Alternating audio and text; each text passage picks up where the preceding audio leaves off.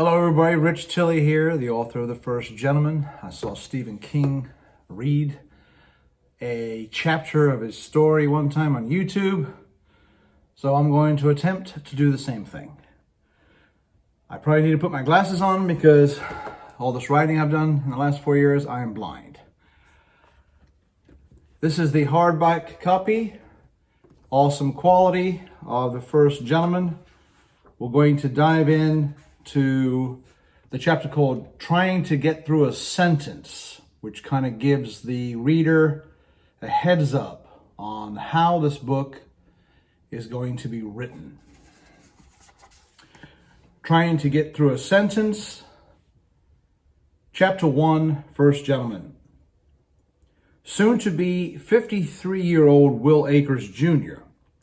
stares motionless in a stagnant state at a blank sheet of lined notebook paper, pen firmly clenched in his right hand, wondering what the first line of his story should be. He is clicking the small chrome-plated mechanism on top of his assigned ink pen, continuously in and out, his mind flashing through memories of his youth. Growing up in the core of America's heartland in central Kansas, he could never have imagined a country farm boy would become a famous political figure and now exist as a well-known criminal behind bars. It was almost as if he had lived two different lives, and now it feels like he was about to begin living a third. In between flashbacks and former conversations running through his head, his pensive gaze is drawn to the pleasant view outside the window to his left. A glorious winter wonderland showcases the beautiful wilderness in upper New York State.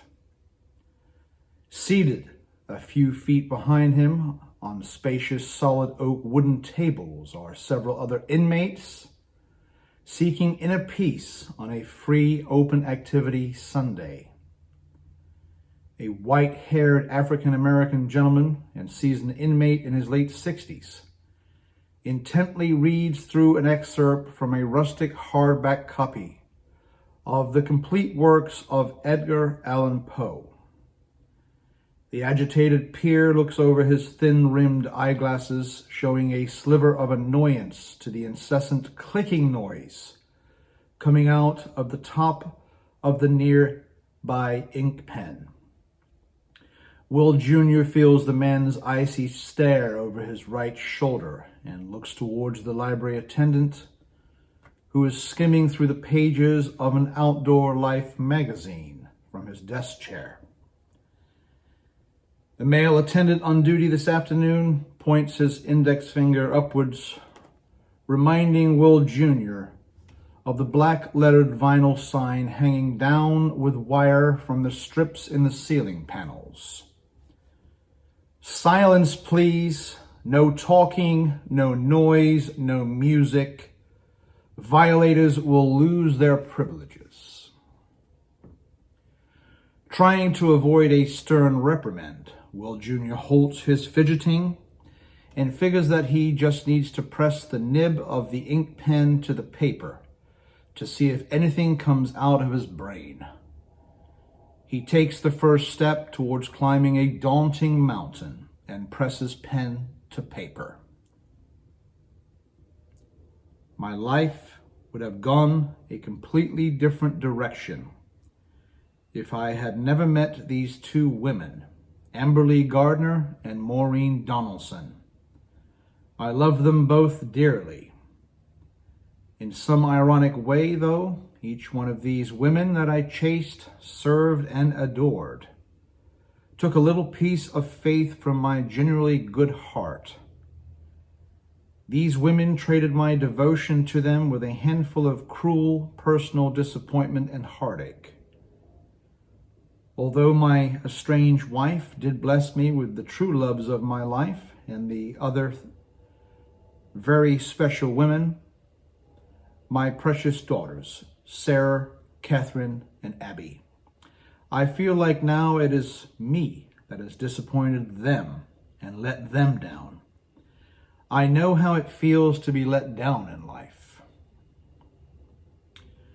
As the words finally begin to flow, Will Jr. is jolted out of his literary focus with the presence of a familiar male prison guard who had just entered through the library doors. Walking over to him, guard Moses T. Wilson speaks softly and relays a message. "Mr. Akers, sir, you have a visitor." "Who is it?" The library attendant, who is eyeballing the two of them, observes the verbal exchange as Wilson is bending over next to Will Jr.'s ear, whispering the rest of the message. "A lady, Miss Emma Sue Mayberry, said she was here before. She's waiting in the lobby." Guard Wilson searches for some kind of confirmation on the face of the prison's VIP inmate. "Should I send her packing, sir?" "No, it's okay. I'll talk to her. Just a minute." Will Jr. realizes his precious writing time may have to be placed on hold for the day and whispers back to the stooped guard. "Let me turn my things in and check out. Tell her to wait for me, would you?" "Thank you, Guard Wilson." Sliding out of his sturdy wooden chair from his favorite table, Will Jr. grabs his scratch notes and strolls towards the library desk. He turns in his papers and pen as the attendant bundles up his belongings with a large rubber band, stuffed them into a yellow manila envelope designated Akers, scribbled with a black magic marker. Will Jr. apologizes about the unexpected disturbance. The attendant, acknowledging that it wasn't Will Jr.'s intention to be noisy, lets his inmate know that he will read through his latest composition at a later time. Will Jr. leaves the room quietly, closing the library glass doors behind him, and heads down the hallway, through the empty cafeteria to the family lounge, taking a seat at the end of a long table. He watches as Emma Sue is now being escorted into the family room by a male and female correctional officer. She sits down across from him, looking considerably frazzled and anxious. The male guard stays behind, settling in to a comfortable space about 10 feet away from Will Jr. and Emma Sue. His female work partner heads back to the front lobby. Emma Sue is dressed very professionally in a dark navy blue business suit and opens the conversation. "Mr. Akers, how are you?" excusing herself. "Sorry, I'm running real late today." Will Jr. eyes his new visitor as she begins to explain the circumstances of her hectic day. "All kinds of problems with my rental car this morning, and then a traffic detour. Crazy," she pauses. "So, are you doing okay?" "I'm all right. Welcome," salutes Will Jr., asking, "What you got for me today?" Emma Sue collects herself. "Mr. Akers, sir, thank you for agreeing to see me again.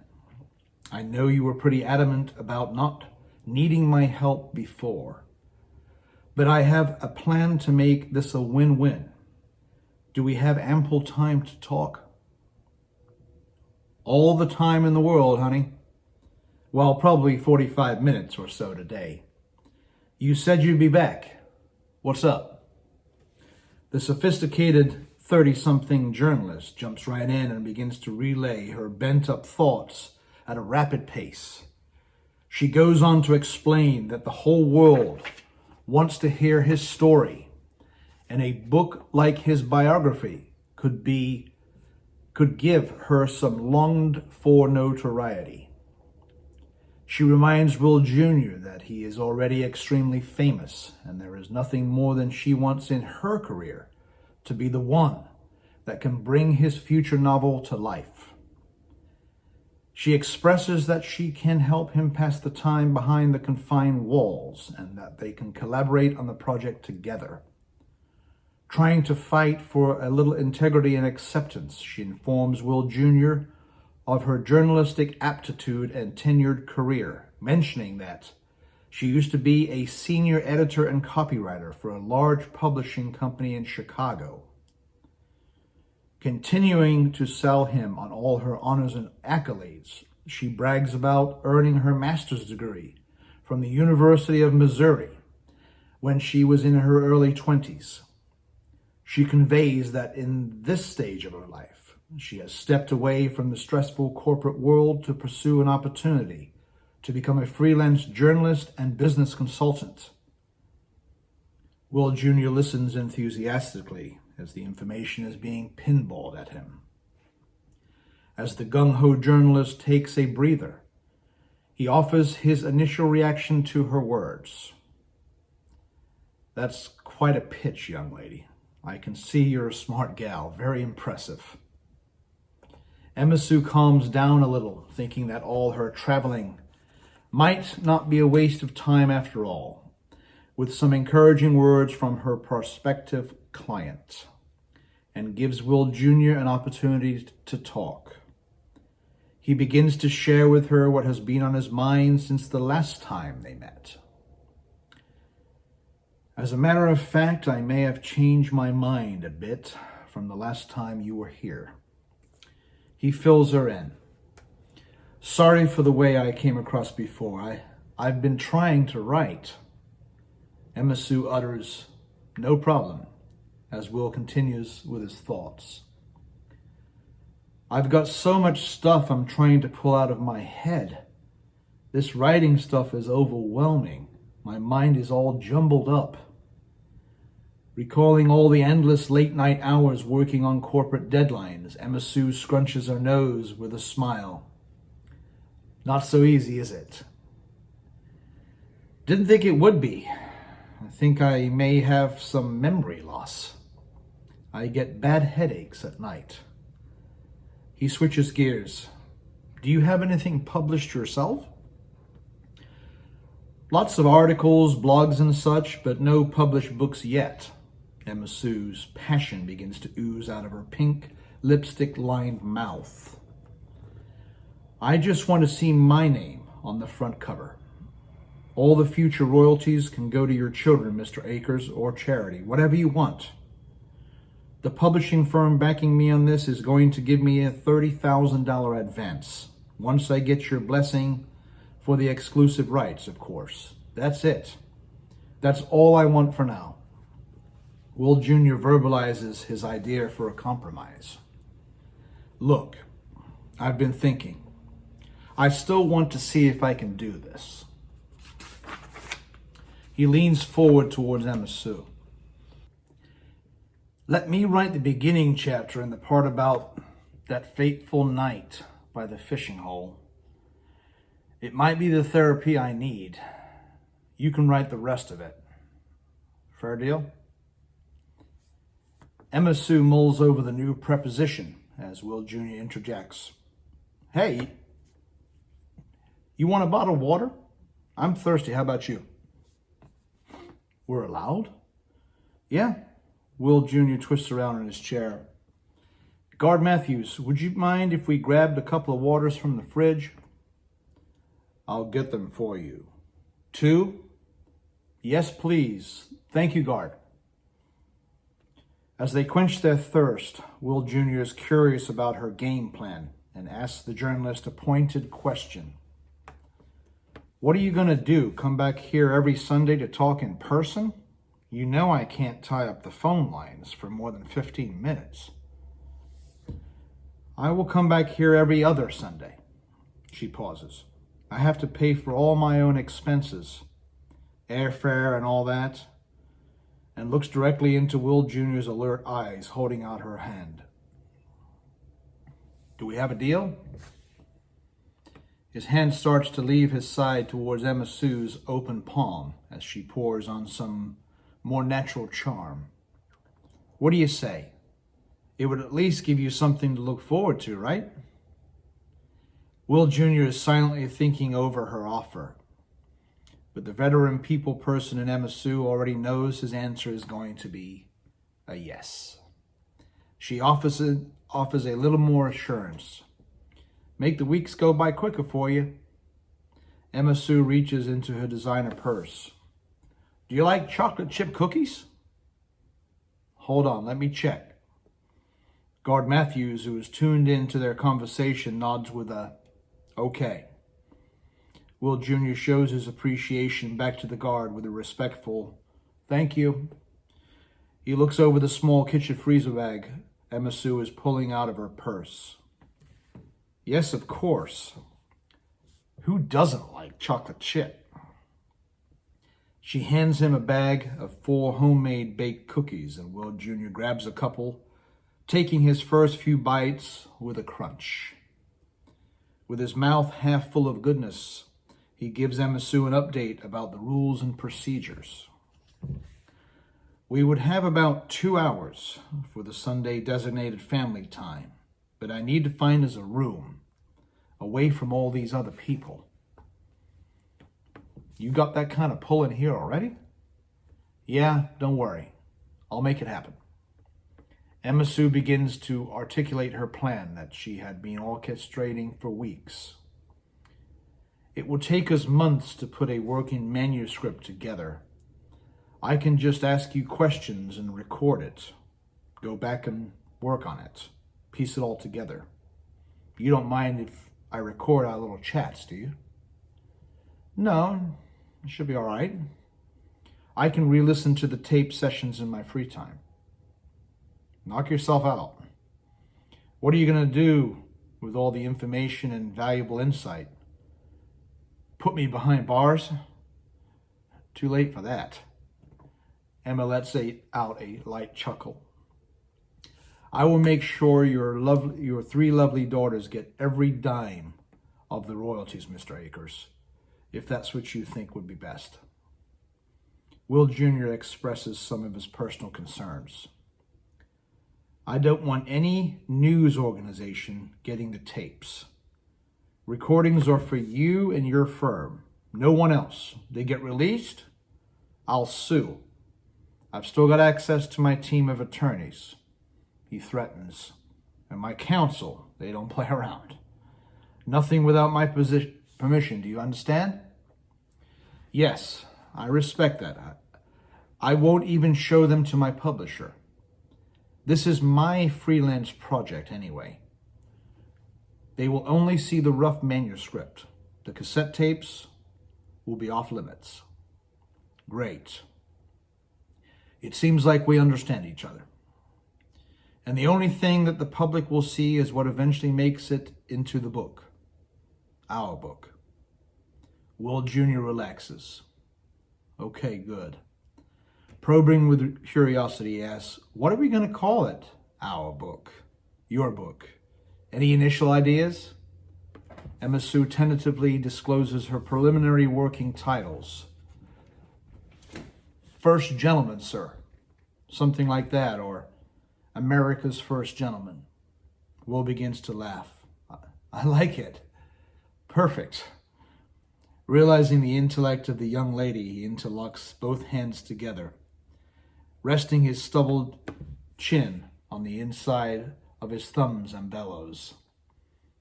God bless America. Could have used you in our cabinet. The two of them chat for another 20 minutes, discussing the necessary legal paperwork and consensual agreements, until a supervising guard with a baritone voice yells across the entire room. That's time, folks. Time's up. Thank you for everybody coming today. Please make your way out to the checkout table. Emma Sue picks up her brown leather Kate Spade purse and thanks Will for his time, handing him her glossy freelance business card. As she walks over to the checkout table, Will Jr. can hear the sound of her high heels tapping on the hard concrete floor over the stir of mayhem from the other family member voices. She is frisked by a husky female guard turning over her purse for inspection at the exit station.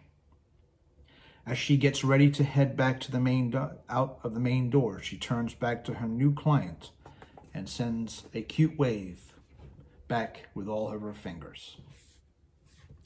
Will Jr. nods back at her with a smile, and he stands in single file, getting ready to head back to his cell. One of the other inmates close to him asks, "Is that your new woman?"